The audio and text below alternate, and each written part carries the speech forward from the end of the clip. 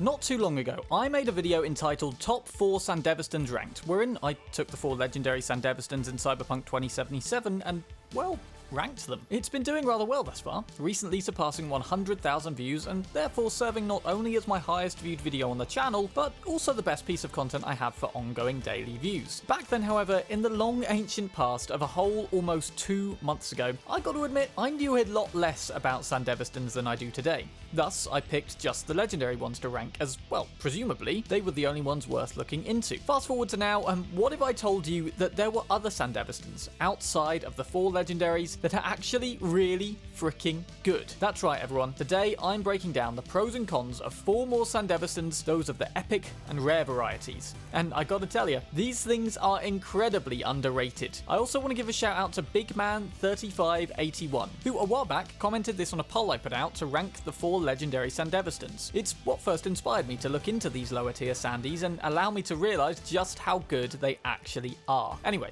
without further ado, let's get into ranking these things.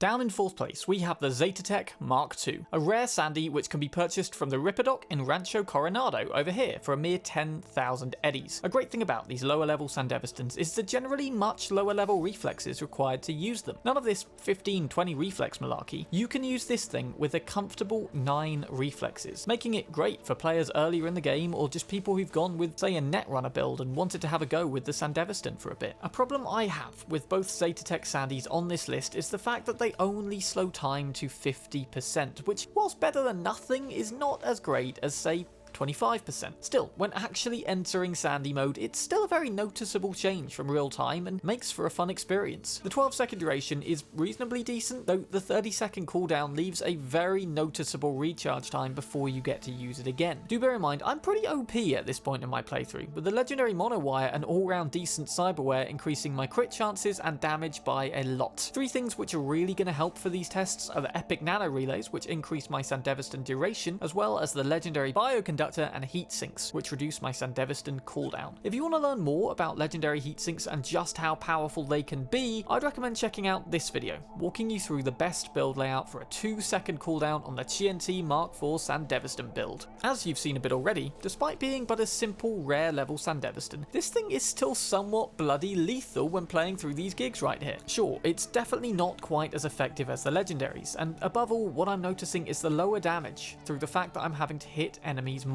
This, in spite of the fact that there is a 15% bonus crit chance when activating this Sandy. Overall, the Zetatech MK.2 isn't a bad Sandy by any means. Hell, for rare level, it's very good. The reason it's down at the bottom of the list is something which will become abundantly clear when we look at number 3.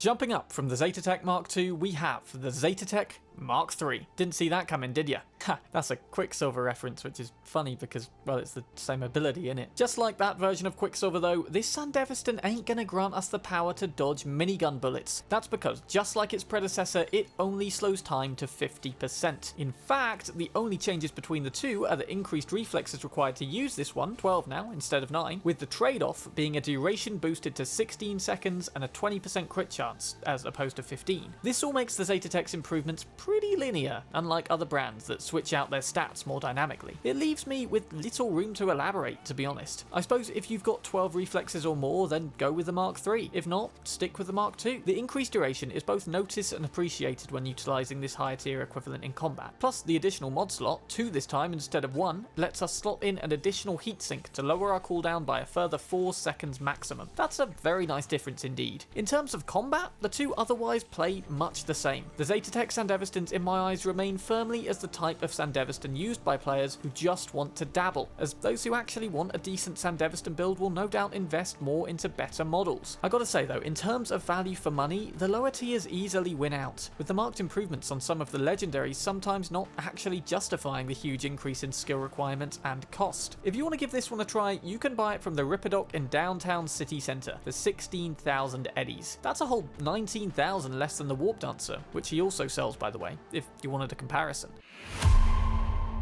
In second place on this list is the Dynalar MK.2, which can be bought in Westwind Estate Pacifica for again a mere 10,000 eddies. Dynalar Sandevistans are different to Zetatech's in that they offer an increased damage bonus rather than crit chance. I personally prefer this, as I think it takes less hits overall to take out an enemy, though to be honest, on average I don't think it makes enough difference to really factor in all that much. The reflex requirements also sit down at 9, with a 30-second cooldown and 12-second duration matching that of the equivalent Zetatech. Where Dynalar snags the highest spot for me is in the 25% time slowing effect, meaning time moves at a quarter of its normal speed as opposed to the half speed which the rest on this list have. For the fact that this is the only real difference between the Dynalar and the Zetatech, I've got to ask why anyone would choose Zetatech MK.2 when Dynalar is just objectively better. I really felt this in combat as well, as all the gang members I took on felt like they were actually frozen in time, as opposed to just having had a few too many lagers down the pub. That's a very British expression, sorry to the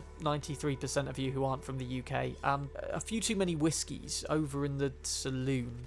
That better? Anyway, the massive gain here is that I, the player, will be able to dispatch twice the enemies whilst only taking half the damage. The sheer brilliance of this Sandevistan is obviously compounded when we consider that it only requires 9 reflexes to pick up. Therefore, if you are indeed a prospective Sandevistan user who normally goes with quick hacks but wants to test these things out a little, I'd seriously recommend this one in particular. Also bear in mind that the 25% time movement really mostly lends itself to melee weapons, since guns still fire at real-time speed and thus will now be really slow. This is something I didn't realise at all at the time of making my legendary Sandies video, and I just want to thank all the commenters who took the time to point this fact out to me. I want to return the favour now to new viewers by saying that if you're using the Sandevistan, your best bets for weapons are the monowire, katanas, throwing knives, any other melee weapon to be honest, and if you really still want to use guns, go for fast firing ones at least, like Lizzie. Now, let's take a look at what made number 1, shall we? The best non-legendary Sandevistan, in my opinion, is the Dynalar MK.3. This thing could give the TNT MK.4 a run for its money, in my opinion, as it serves as the best alternative for a low cooldown Sandy build. Something I think should be brought to light, as it's perfect for players who punched fingers earlier in the game and locked themselves out of getting the TNT. This can be bought from the Ripperdock in Wellsprings, Haywood, and at 16,000 eddies is absolutely worth it. It requires 12 reflexes, same as the Zetatech, and unlike the Dynalar MK.2, 50% time slow is back. That's a shame for sure, but the trade-off here is the cooldown of only 15 seconds. That matches the TNT MK.4. Now, this of course is very exciting, as we can then recreate as best we can the 2-second cooldown build. My video for which you can check out with this little card in the corner of the screen here, or in the description. Ultimately, with just 2 mod slots, we can only lower the cooldown by 8 seconds rather than 12. But since the bioconductor reduces cooldown based on percentage rather than fixed integers, we can create a Sandevistan build with 4 seconds of cooldown. What's more, this thing actually has a longer duration than the TNT MK.4. It lasts 16 seconds as opposed to 12, giving us, ladies and gentlemen, 18 seconds of uptime. Remember, we also have the nano relays that are boosting duration, and it's only got 4 seconds of cooldown. What's more, we get a nice 15% damage bonus on top of this. If it weren't for the fact that time only slows to 50% rather than 25, I'd argue that this is actually a better Sandevistan than the TNT MK.4 that everyone seems to be so in love with. I mean, I'm part of that group. In fact, I've dedicated days of my life to making videos on the topic, so I don't know why I'm calling anyone out. Using this thing was amazing. It was so similar, in fact, to the 2-second build that if you'd sat me down in front of a PC and told me I was playing with the TNT MK.4, I may not have noticed. I say may, because upon rewatching this footage, it's pretty clear that enemies aren't moving all that slowly. It's kind of funny how the Dynalar MK.2 gives the 25% time slow, and the MK.3 gives the 15-second cooldown. One might think that the Dynalar MK.4 therefore would combine the two and occupy the position that the TNT ultimately does. Alas, 'tis not to be, and that godlike super weapon must remain locked behind a vendor who is such a dickhead that everybody wants to punch him. Ah well. Still, for those who did punch fingers, this is indeed the best alternative to the TNT MK.4, and without a doubt, the most powerful and fun Sandy on this list. At the low cost and stat requirements, it even rivals some of the legendaries. What's your favourite epic or rare Sandevistan? And do you think any of them are actually good enough to outperform one or